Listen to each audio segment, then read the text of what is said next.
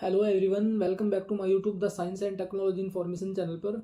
Friends, I hope so कि आप लोग सभी अच्छे होंगे। आज हम इस वीडियो में बात करेंगे कि एक्सरे मशीन किस प्रिंसिपल पर काम करती है और उसके कौन कौन से कंपोनेंट्स रहते हैं। प्लीज़ वीडियो को एंड तक वॉच करें। चलिए वीडियो स्टार्ट करते हैं। दोस्तों, सबसे पहले जान लेते हैं कि एक्सरे डिस्कवरी किसने की थी। एक्सरे डिस्कवरी की थी विलियम रोंटेजन ने 1895 में। उन्होंने अपनी लैब में एक एक्सपेरिमेंट परफॉर्म किया था जिससे कि उन्हें एक्सरे प्रोड्यूस हुई थी।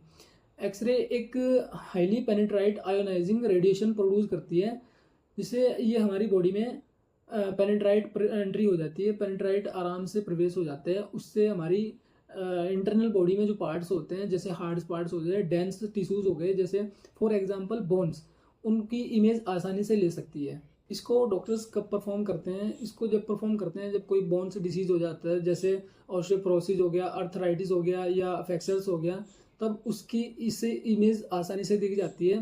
जैसे बाहर से कुछ दिख नहीं पाता है और अंदर से हमें देखना होता है, तो डॉक्टर्स क्या करते हैं, उसको यही सजेस्ट करते हैं आप एक्सरे करा लो। एक्सरे में ही क्लियर पता लग पाता है, क्योंकि एक्सरे में एक हार्ड चीज़ को एकदम एब्जॉर्ब कर लेती है, ना कि सॉफ्ट चीज़ को। दोस्तों, सबसे पहले हम समझते हैं एक्सरे ट्यूब। आखिर एक्सरे ट्यूब कैसे रन करती है और उसमें क्या क्या मटेरियल लगा रहता है। चलिए दोस्तों, समझते हैं एक्सरे ट्यूब के बारे में।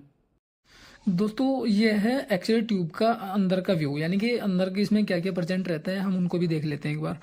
इसमें सबसे पहले रहता है, ये है एनोड। ये एनोड लगा रहता है। ठीक इसके सामने बिल्कुल अपोजिट यहाँ पर लगा रहता है कैथोड।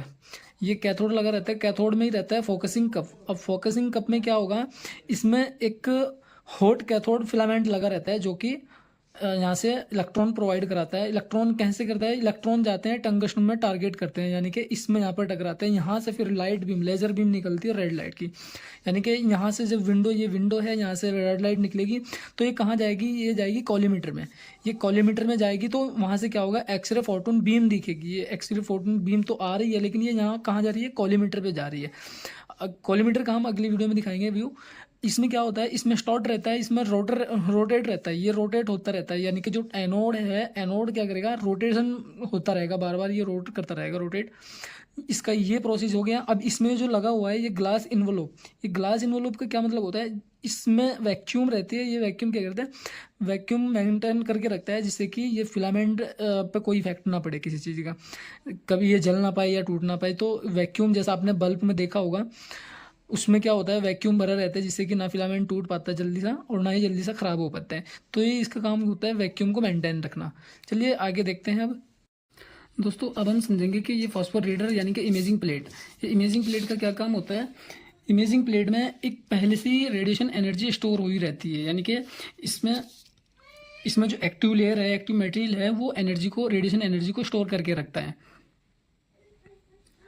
और ये स्टोर एनर्जी को तब तक करके रखता है जब तक कि इस पर कोई लाइट नहीं पड़ेगी। जब इस पर कोई लाइट पड़ेगी तो ये एक नई लाइट का इम्यूशन करेगा, जिससे कि वो विजिबल होगी।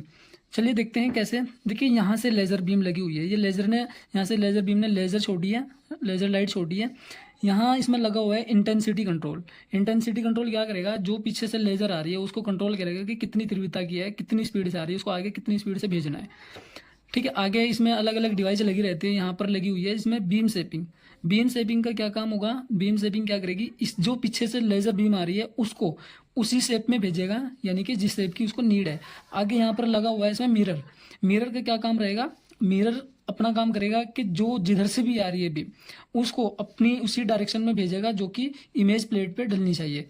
यानी कि जो भी बीम जो आ रही है पीछे से, लेज़र बीम आ रही है, उसको मिरर उसी डायरेक्शन में भेजेगा जो कि इमेजिंग प्लेट पे आएगी। अब वो इमेजिंग प्लेट पे जब वहाँ से उसको रिफ्लेक्ट करेगा, रिफ्लेक्ट करने के बाद ये यहाँ से एक नई लाइट का इमिशन होगा जो कि विजिबल होगा। वो नई लाइट इमिशन कहाँ जाएगी, वो जाएगी फाइब्रिक ऑप्टिक लाइट गाइड्स के, यानी कि यहाँ पर एक फाइबर लगा हुआ होगा। इस फाइबर से ये जाएगी पीएमटी में। पीएमटी क्या होता है, पीएमटी होता है फोटो मल्टीप्लायर ट्यूब, यानी कि ये फोटो को मल्टीप्लायर कर देगी, यानी कि बहुत स्पीड से बहुत ज़्यादा बढ़ा देगी, इसको गुणित कर देगी ट्यूब को, जिससे कि ये यहाँ पर एम्पलीफायर हो जाएगा। यहाँ पर क्या होगा, एम्पलीफायर हो जाएगा। एम्पलीफायर होने के बाद ये कहाँ पर जाएगा, कंप्यूटर में। ये कहाँ पर, कंप्यूटर में ये अच्छे से रीड कर लेगी इसको। जैसे कि अब देखिए, यहाँ से इसने क्या किया, यहाँ से लेजर बीम आई, यहाँ से कंट्रोल ने इंटेंसिटी कंट्रोल करी, कंट्रोल करने के बाद फिर यहाँ से बीम डिवाइस ने बीम को सेव करके आगे भेजा है। सेव करने के बाद मिरर ने डायरेक्शन चेंज करी, डायरेक्शन चेंज करने के बाद ये इमेजिंग प्लेट पे इसने रिफ्लेक्ट की। रिफ्लेक्ट करने के बाद यहाँ से एक नई जो इमिशन किया लाइट का, वो है कौन सी, ब्लू और ग्रीन। यहाँ से कौन सी आई थी, ये आई थी लेजर से रेड लाइट।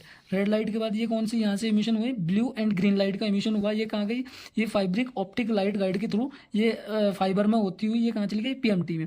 पीएमटी ने क्या करा है, पीएमटी ने इसको यहाँ पर एम्पलीफायर किया। एम्पलीफायर करने के बाद इसको फिल्टर करने के बाद इसको कंप्यूटर में भेज दिया, जिससे कि कंप्यूटर अच्छे से राइड कर सके इसको। ये इसका यहाँ तक ये प्रोसेस हुआ। आगे देखते हैं दोस्तों। अब हम बात करते हैं इसके कंपोनेंट्स की। इसके कंपोनेंट्स कौन कौन से होते हैं और कौन से कंपोनेंट्स का कहाँ पर यूज होता है। देखिए, सबसे पहले कंपोनेंट्स की बात करें, सबसे पहले जो कंपोनेंट्स है वो है ऑपरेटिंग कंसोल। ऑपरेटिंग कंसोल क्या करता है, वो एक्सरे ट्यूब को कंट्रोल करता है, जैसे उसके करंट को, उसके वोल्टेज को कंट्रोल करता है, जिससे कि यूजफुल एक्सरे बीम मिल पाए और अच्छी क्वांटिटी में एक्सरे मिल पाए। और उसके बाद होता है एक्सपोजर टाइम को सेट करना और केवी को सेट करना, एमओ को सेट करना, जिससे कि जब उसको एक्सपोज करें तो उसका टाइम जो है वो टाइम सेट करना होता है। और इसके काफ़ी यूज होते हैं, मतलब उसमें हर एक चीज़ का बटन होता है जिससे कि वो कंट्रोल कर सकते हैं।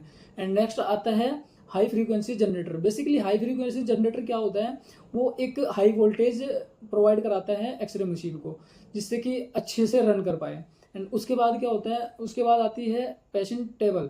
पेशेंट टेबल पे आपने देखा ही होगा, पेशेंट को टेबल पे लेटाते हैं और उसको एक्सरे शूट करते हैं। एंड उसके बाद आता है कैसेट।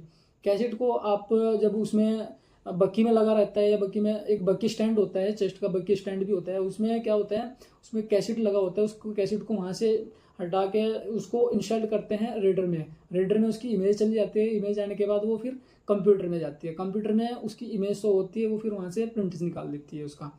तो ये इसका प्रोसेस रहता है। प्लीज़ आई होप सो कि आपको ये अच्छे से समझ में आया होगा।